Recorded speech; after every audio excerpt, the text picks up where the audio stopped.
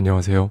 하와이 대저택입니다. 여러분은 성공합니다. 여러분이 그걸 원했기 때문이죠. 금요일이면 찾아오는 대저택 라디오. 오늘은 진짜 막 흐릿하고 복잡한 우리 삶의 초점을 명확히 하는 법. 이걸 알아야 사실 목표를 잡는 것부터 시작해서 할 수 있거든요. 이 부분에 대해 말씀을 드리겠습니다. 레버리지의 저자 론모어의 인사이트를 가져와서 저의 생각까지 더해서 이야기 나눠볼게요. 자, 여기 호수에 수련이 있습니다. 수련은 매일매일 전날 덮었던 수면의 2배씩 면적을 덮어가면서 호수를 장악해 가거든요. 처음 며칠은 그 속도도 덮는 면적도 미미해 보이지만 30일 이후에는 연못이나 호수의 수면 전체를 완전히 덮어버립니다. 제가 방금 매일매일 전날 덮었던 수면의 2배씩 덮는다고 했잖아요. 이게 어떻게 되는 거냐면요. 29일째 되는 날 이 수련이 호수 전체 면적의 절반을 덮고 있다면 그 다음날 곧바로 호수는 수련으로 완전히 덮여버린다는 겁니다. 그러니까 호수를 절반 덮는데 29일이란 시간이 걸렸다면 이 절반에서 나머지 절반을 다 덮는 데는 딱 하루밖에 안 걸리는 거죠. 이게 바로 우리에게 친숙한 그 유명한 복리의 개념입니다. 이 개념이 사실 우리에게 정말로 중요한 통찰을 주거든요. 우리는 이 복리의 개념을 우리 삶에 끌고 들어오면 엄청난 가속도로 성공 레버리지 효과를 볼 수가 있는 거예요. 그러니까 여러분이 지금 인생에서 어떤 일을 오래 많이 하고 있다면 근데 그만큼의 성과가 안 나온다면 일단 괜찮습니다. 우리는 최대 1, 최소 효과의 삶에서 최소 1, 최대 효과의 삶으로 빠르게 전환해야 하거든요. 여기서 중요한 건요. 최대 1, 최소 효과의 삶이 막 나쁘다는 게 아니고요. 당연히 지나야 하는 과정이란 걸 인정하셔야 할 필요가 있어요. 수련이 처음 호수를 덮어 나갈 때 처음에 티도 안 나거든요. 그렇게 지지부진해 보여도 그게 진짜 조금만 지나면 엄청난 위력이 있단 말이죠. 우리에게도 이 과정은 반드시 필요한 겁니다. 다만 셀프 퇴장만 하지 않으시면 돼요. 여러분, 모든 성과는요, 사실 시간에 반비례합니다. 다시 한번 말씀드릴게요. 이 레버리지의 세계에서 모든 성과는 시간에 반비례합니다. 본격적으로 이야기를 나눠보시죠. 여러분은 이제 무엇을 계속하고 무엇을 포기할지 파악하셔야 해요. 제가 그동안 많이 말씀드린 우선순위의 문제죠. 우리는 사실 알거든요. 땀 흘려가며 모든 일에 다 매달리는 건 역설적이게도 모든 걸 이뤄낸 그 삶에서 점점 더 멀어지게 만들죠. 그러니 여러분, 이제는 타겟을 정해야 합니다. 여러분이 해야만 하는 일, 여러분이 매달릴 가치가 있는 일을 찾아 열심히 하고 그 외의 일은 안 하거나 미루거나 그것도 아니라면 적당히 해야 한다는 거죠. 일상에서 가장 쉽게는 모든 사람의 비위를 맞추고 모든 상황에 여러분을 맞추려고 애쓰지 마시라는 겁니다. 이게 바로 버릴 건 버리는 거죠. 우리는 이 과정을 통해서 일종의 수련 단계죠. 즉 많이 일해도 그만큼 성과가 나오지 않는 것 같은 그 단계를 무사히 보내고 드디어 적게 일하는데도 최대 효과, 성과를 내는 진짜 레버리지 시스템을 구축해야 해요. 저자는 말합니다. 사람들은 애초에 어떻게 효율적으로 일할지는 생각조차 하지 않는다. 결국 피곤함에 시달리다가 집중력이 떨어져 실수를 반복한다. 잘못된 방식으로 일했음에도 너무 바빠서 개선할 겨를이 없다. 그저 그렇게 그 길을 계속 걷는다. 네, 다시 한번 말씀드릴게요. 매달릴 가치가 없는 것에 비용을 쓰고 시간을 쓰면, 그러니까 자신이 무엇을 모르고 있는지 알지 못하면 목적지 없이 전속력으로 달리는 자동차랑 똑같은 거예요. 저자는 또 덧붙여요. 많은 사람이 이런 오류를 저지르는 이유는 자신이 하지 않은 일과 기회비용을 보지 못하기 때문이다. 삶에 레버리지를 적용하지 않을수록 다른 사람들의 레버리지에 휘둘려 더 가난한 상태에 머물게 된다. 레버리지 하거나 당하거나 당신 선택은 당신의 몫이다. 네, 여러분은 지금 여러분의 삶을 통제하고 있다는 느낌을 가지고 살고 계신가요? 사실 내가 내 삶을 통제하지 못하는 이유는 할 수 없어서도 아니고 바빠서도 아니고 자기 방식의 삶이 뭔지 몰라서 그래요. 그러니까 당연히 나아갈 방향을 정하지 못하는 거고요. 여러분, 정말 오늘부터 한번 해보십시오. 여러분에게 가장 높은 우선순위에 따라 지금 여러분이 제대로 작동하고 있는지 체크를 한번 해보시는 거예요. 그래야 인생의 복리 효과, 최소 1, 최대 성과라는 전환점을 맞이할 수 있으니까요. 일단은요, 여러분이 처음 그 일을 왜 시작했는지 굉장히 많은 분들이 그 이유를 잊어버리셨을 거거든요. 그러고 있는지도 모르고 스스로 노예를 자처하는 그 쳇바퀴 같은 삶에서 빠져나오는 거예요. 오늘 이 영상이 끝나면 정말 딱 30초라도 잠깐 눈 감고 생각해보세요. 레버리지 마인드를 점검하는 겁니다. 이게 바로 가장 먼저 해야 하는 방향 설정이에요. 여러분, 일단 이 두 가지를 기억해 주셨으면 좋겠어요. 1. 가치. 2. 비전. 가치와 비전을 알고 있는가? 네. 이 두 단어는 너무 추상적이어서 평소에 들어도 진짜 별다른 생각조차 안 들죠. 그런데 인생 복리 효과를 쓰려면 이 개념을 한 번쯤은 진짜 머리에 넣어야 합니다. 안 그러면 절대로 수련이 호수를 모두 덮는 그날을 볼 수가 없어요. 이걸 제가 최대한 쉽고 와닿게 그러면서도 디테일하게 말씀드릴게요. 가치는 진짜 오로지 여러분 자신의 것이라는 걸 기억하세요. 동일한 가치를 지닌 사람은 이 세상에 없습니다. 그런데 문제는 거의 대부분 내가 누군지를 몰라요. 그러니까 존중하지 않습니다. 여러분 자신을 알아야겠다는 결심이 드셨다면 한번 써보세요. 정말 간단합니다. 오늘이 금요일이고 불금이라 주말이라 약속도 많고 그래도 하실 수 있습니다. 10분 정도면 충분해요. 하루 날 잡고 막 하실 필요가 없어요. 여러분 대신에 그 10분 동안 여러분 혼자만의 시간을 온전히 가져야 합니다. 그리고 이걸 한번 써보세요. 낙서처럼 쓰셔도 좋습니다. 1. 여러분에게 가장 중요하다고 느끼는 일을 종이에 적으세요. 2. 건강, 가족, 돈, 자유, 행복, 학습, 성공, 성장, 여행, 외모 등 추상적인 개념을 생각해서 적으시면 됩니다. 3. 단어가 더 이상 생각나지 않거나 아무런 감정도 느껴지지 않을 때까지 계속 적는 겁니다. 그 다음 이제 아래 질문에 답을 해보는 거예요. 보는 사람도 없고 혼자 적는 거니까 진짜 솔직하게 적어보면 됩니다. 나는 어떤 일에 대부분의 시간을 보내고 있는가? 외부적인 압박을 받지 않고 내가 하루 종일 하고 싶은 일은 무엇인가? 나는 무엇에 대해 지속적으로 생각하는가? 내 공간을 무엇으로 채우고 싶은가? 나의 어떤 점이 사람들에게 가장 잘 알려져 있는가? 내 삶에서 결과가 이미 나타난 부분과 나타나지 않은 부분은 무엇인가? 이 답변입니다. 이 답변을 토대로 여러분 삶에서 가장 바꾸고 싶은 것, 그리고 가장 중요하다고 생각하는 걸 조합해서 여러분 삶에서 가장 중요하다고 느끼는 일을 순서대로 재배치하는 거죠. 늘 말씀드리지만 나에 대해 아는 것, 그러니까 나에 대한 공부가 진짜 제일 중요합니다. 이게 마인드셋의 시작, 출발이라고 제가 엄청나게 많이 말씀드렸죠. 우리는 지식을 쌓는데 너무 치중하느라 내가 누군지 생각하는 그 얼마 안 되는 시간조차 갖지 못하고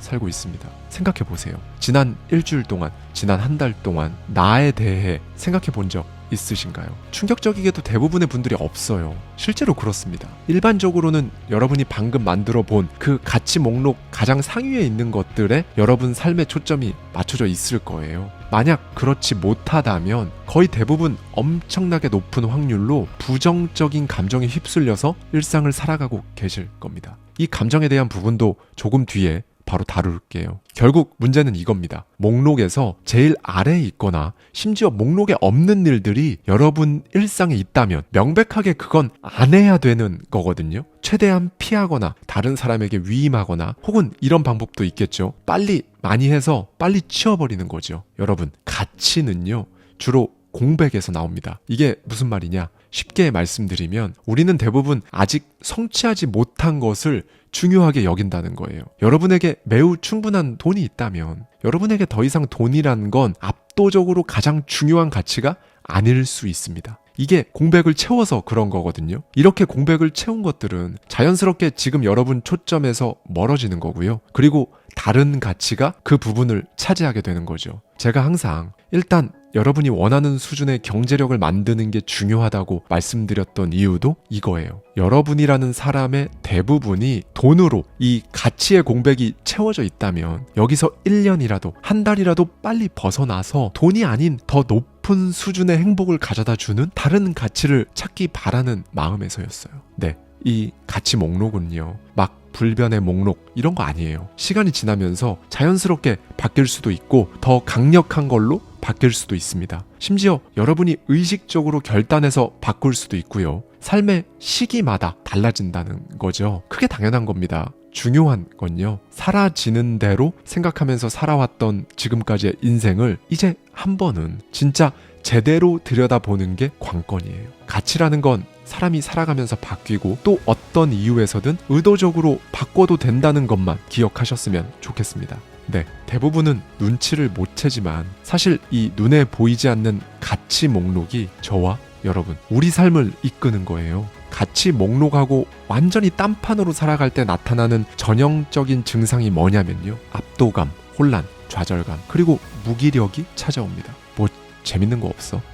사는 게 왜 이렇게 재미없냐? 이런 말 하는 사람 여러분 주변에 무조건 있을 거거든요. 어쩌면 여러분일 수도 있습니다. 지금까지 이 가치를 건들 생각을 안 하고 못하고 피상적으로 삶의 전략만 수행하면서 살지는 않았는지 정말 한번 돌아보는 시간을 가져보세요. 변화는요, 표면만 건드려서는 의미가 없거든요. 더 깊이 들여다보는 태도가 중요합니다. 몰입이라는 단어 요즘에 여기저기서 많이 들어보셨을 거예요. 이 몰입이라는 건요, 이렇게 자기 가치 목록 최상단에 있는 거랑 딱 일치된 삶을 살 때 자연스럽게 찾아옵니다. 그리고 어쩌면 우리는 이 순간을 위해서 10대, 20대, 30대를 거쳐 방황을 하잖아요. 그렇죠. 결국 그 모든 과정은 내 가치 최상단의 것과 나의 삶을 맞추는 몰입의 순간을 찾기 위함이라고 볼 수 있고요. 젊은 나이에 성공하고 자기가 원하는 삶을 일찍이 살아가는 사람들이 있잖아요. 행복하게 일하고 그런 사람들이 있어요. 이 사람들은 이걸 조금 더 빨리 찾으려고 주의를 기울인 겁니다. 그러면 이 주의를 기울인다는 건 뭘까요? 일단 가치 목록을 왜 작성해야 하는지 아는 것, 삶의 우선순위를 정하는 것, 그리고 두 번째로 고려해야 할 비전, 그러니까 자기 목표에 대한 명확한 그림을 그리고 있는지 없는지를 말합니다. 명확한 그림이 있어야 몰입의 순간을 빨리 찾을 수 있으니까요. 그럼 또 명확한 비전, 그림을 그린다는 건 뭘까요? 계획표를 세부적으로 막 세우지 않아도 그냥 그 자체로 계획적인 삶을 사는 거예요.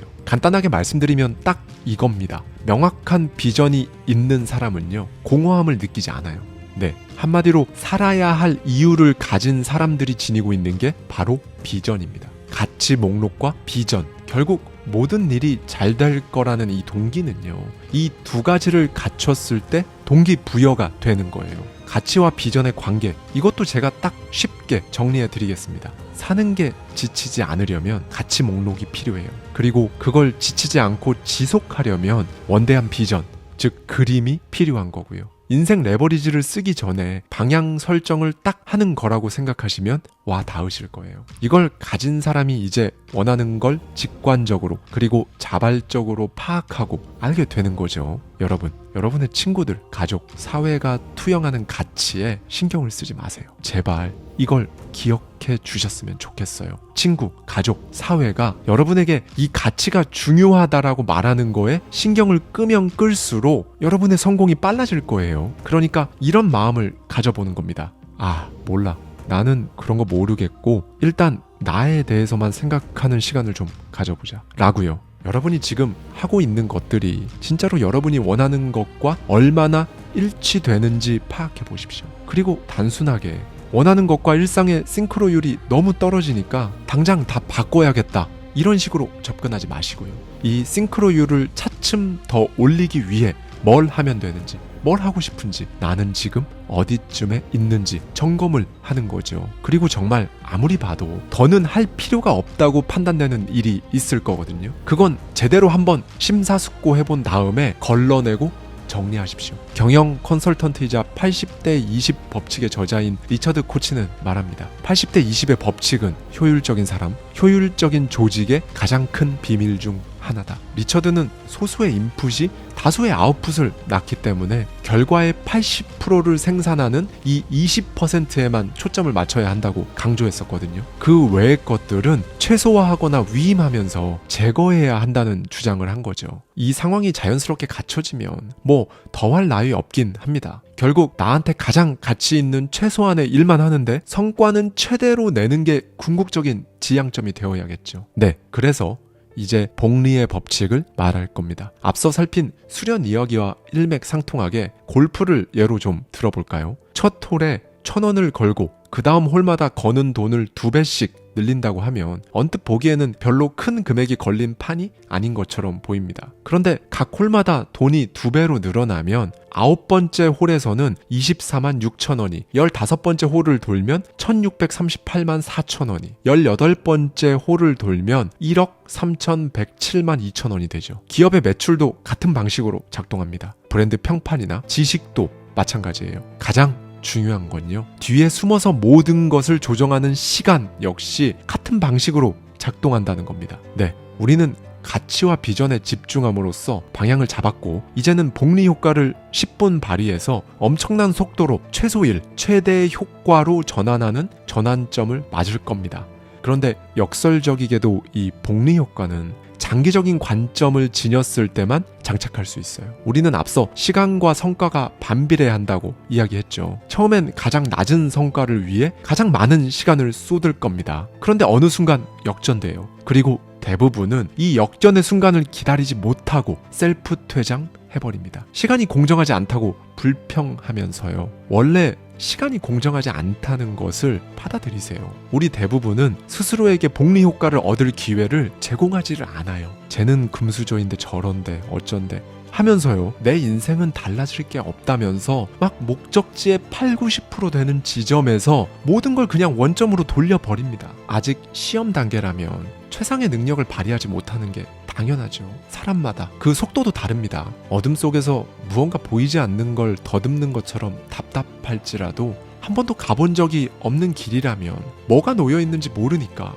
실수를 통해 배우셔야 합니다. 결국 그 길을 혼자 통과해야 해요. 이 과정에서 모든 일을 가지치기로 뻗어나가서 그 네트워크가 좋은 평판으로 퍼져나가기까지 꽤 많은 시간이 걸릴 수 있어요. 만약 삶의 진행 과정을 보여주는 측정기가 있다면 어떨까요? 여러분 행동의 결과, 복리 효과에 따른 지표의 상승과 하락을 막 볼 수 있으면 눈에 보이는 가시적인 성과가 지금 일단은 눈에 안 보여도 그 지표에서 몇 퍼센트 지점을 가리키고 있다면 여러분은 포기하지 않겠죠. 왜 포기하지 않을까요? 그냥 지금 여러분 상태가 몇 퍼센트 지점이라고 당연하게 믿으니까요. 네, 그렇게 믿으시죠. 그리고 묵묵히 기다리세요. 최대 1, 최소 결과가 최소 1, 최대 결과로 반전되는 그때까지 그냥 가는 겁니다. 즉각적인 만족을 추구하는 세상에 우리는 점점 더 휘둘립니다. 지름길로 가고 싶은 욕망이 들끓죠. 이런 판타지에 휘둘리는 건 가치와 비전이 명확하지 않을 때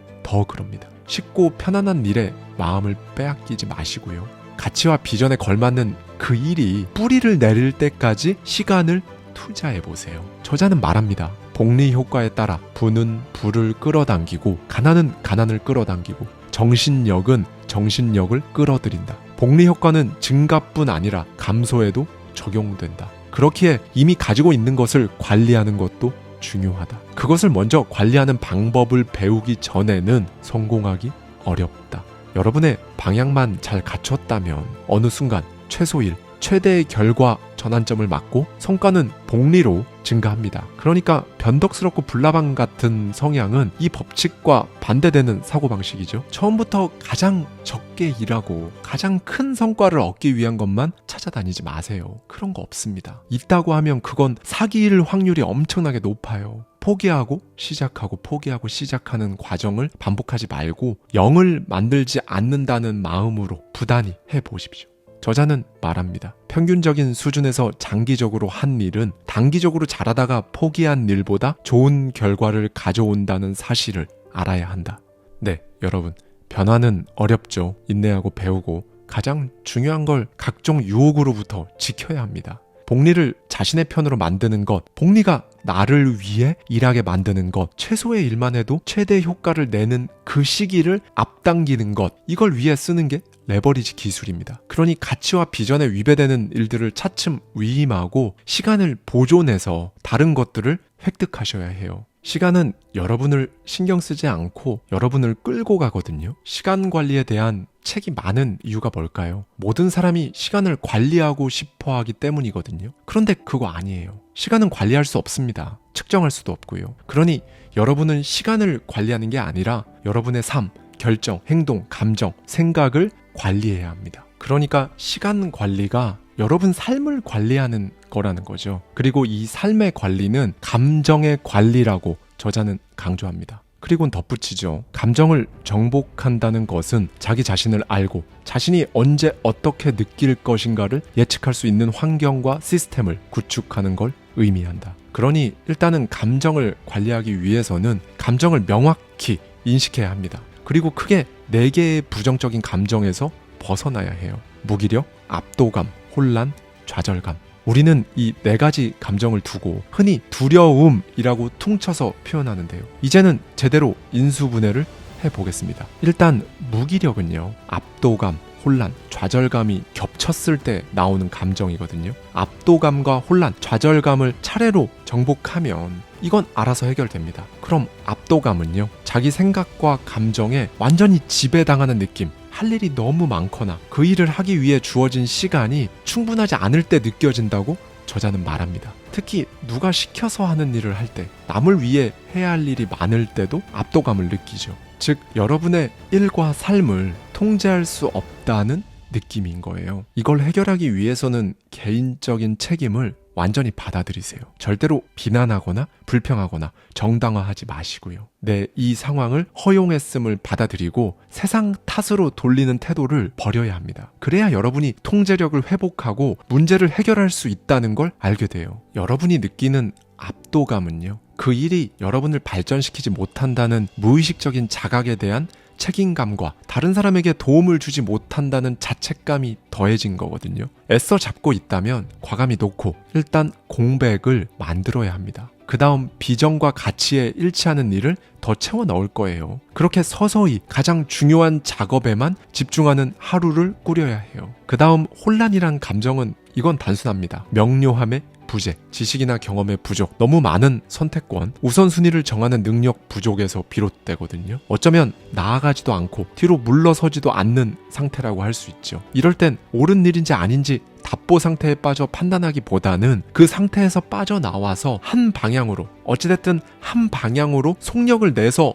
움직이는 게 중요해요. 놓아야 하는 것이라면 즉각 후퇴하세요. 후퇴하는 것처럼 보이지만 사실은 제자리를 찾아가기 위해 스스로 방향을 수정한 것일 수 있습니다. 마지막 좌절감은요, 성취되지 못한 욕구나 해결되지 않은 문제로 인한 불안감, 우울감을 동반하는 불만족스러운 감정이라고 저자는 말하거든요. 소위 원치 않는 일을 하면 찾아오는 거예요. 비전과 가치에 맞으면, 그러니까 좋아하는 일을 하면 아무리 힘들어도 일단 나아갑니다. 직관적으로 그 과정이 옳다는 걸 알기 때문이죠. 레벨이 올라감에 따라 좌절감은 사라지고 더 높은 수준의 감정으로 탈바꿈합니다. 이전에 느꼈던 좌절감은 더 이상 여러분을 괴롭힐 수가 없게 돼요. 다시 비슷한 좌절감에 빠지려면 훨씬 더 높은 수준의 문제가 발생해야 합니다. 이런 레벨업의 순간을 맞이하는 반복이 최소 1, 최대의 결과를 앞당기기 위한 복리 효과를 극대화시키는 거고요. 여러분이 두려움, 불안이라고 퉁쳤던 압도감, 혼란, 좌절감은요, 관리하지 않으면 무기력을 낳습니다. 이 모든 감정을 명확히 했으면 이제는 감정과 여러분 스스로를 동일시하지 마세요. 오히려 감정은 여러분에게 비전과 가치, 그러니까 방향을 제대로 좀 찾아가라고 등을 떠밀어주는 도구나 마찬가지예요. 이런 감정들은 자연스럽게 여러분 비전과 가치에 걸맞지 않은 일들을 뒤로 미루거나 하지 않거나 남에게 위임하도록 도울 거예요. 이걸 안 하고 있기 때문에 괴로운 거죠. 그러니 여러분, 부정적인 감정을 애써 없애려고 하기보다 내가 방향을 잘 찾아가면 알아서 없어지는 거라고 생각하십시오. 후순위 일들을 가려냈다면 그것에 대해선 무관심해도 됩니다. 워렌 버핏은 말했죠. 자신에게 최대한 많이 투자하라. 여러분은 여러분의 가장 큰 자산이에요. 제가 정말 많이 했던 말인데요. 그러니 여러분보다 먼저 경험을 해본 사람들을 적극 활용해 보십시오. 우리는 무엇을 모르고 있는지도 모르고 살아갈 때가 많기에 멘토가 얼마나 큰 도움을 주는지도 잘 모릅니다. 특히 나는 잘 안 될 거야 라고 생각하고 산다면 정말로 멘토가 필요합니다. 어느 분야든 여러분의 가치 최상단에 있는 일이라면 바로 그걸 경험해 본 사람에게 배우세요. 사람들은 대부분 다른 사람의 성공에 대해 의식적으로, 무의식적으로 질투심을 느끼죠. 여기에 쓸 에너지를 멘토로부터 배우는 시간에 써야 합니다. 성공한 사람들 대부분은요, 질투라는 마이너스 에너지를 배우는 에너지로 전환한 사람들입니다. 이 또한 복리 효과로 나타나거든요. 여러분, 다른 사람을 보고 있는 그 시선을요, 여러분 스스로에게 돌려보세요. 저자는 말합니다. 사람은 풍성하고 충만한 삶을 살다가 영광스러운 빛 속에서 세상을 떠나야 한다. 진짜 하고 싶은 건 숨긴 채 돈을 벌고 그저 동경하며 살아가는 삶의 방식은 이제 시대착오적인 낡은 모델이 되었다. 정말 의미 있는 일을 하는가? 이 질문에 아니요 라는 답이 나왔다면 삶을 제대로 관리하고 있는지 생각해 봐야 하는 시기입니다. 다른 사람을 위해 남을 부자로 만들어주면서 본인은 정작 혼란과 좌절과 무력감을 느끼면 우선순위를 관리할 때라는 이야기죠. 여러분, 시간을 속이세요. 우선순위와 후순위를 철저하게 지키는 방식으로 가장 높은 가치, 가장 높은 소득을 창출하는 것들에 집중하고 그 외의 일은 위임하고 연기하는 방식으로 시간을 속이는 겁니다. 시간을 소비하지 마시고 의미를 부여하시죠. 뭐 지금 월급이 높아도 하기 싫은데 다른 사람이 하라고 하니까 하는 일을 하면서 나한테 별 가치도 없는 일에 시간을 소비한다면 의미가 없기는 마찬가지죠. 여러분이 이 시간에 예민하게 반응하는 사람인지 둔한 사람인지 한번 꼭 생각해 보셨으면 좋겠어요. 무언가를 질투하지 마시고요. 대신에 여러분 스스로에게 도전하세요.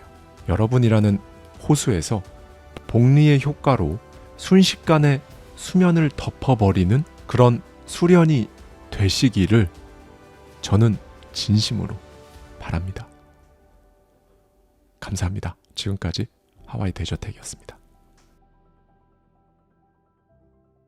변하고 싶은데, 인생 바꾸고 싶은데, 다른 삶을 살고 싶은데, 부자가 되고 싶은데, 성공한 사람들, 동기부여 강사, 교수, 정말 훌륭한 사람들의 얘기를 엄청나게 들어도 뭔가 본질을 모르겠다, 이게 해소되지 않는 그런 느낌이 많이 드셨을 거예요. 한 발 한 발 나아가시는 데 있어서 이 클래스가 조금이라도 도움이 되셨다면 저는 더 바랄 게 없습니다. 더 많은 이야기가 궁금하시다면 더 마인드 홈페이지에 제 강의를 참고해 주세요. 자세한 내용은 이 영상 고정 댓글 링크로 만나보실 수 있습니다.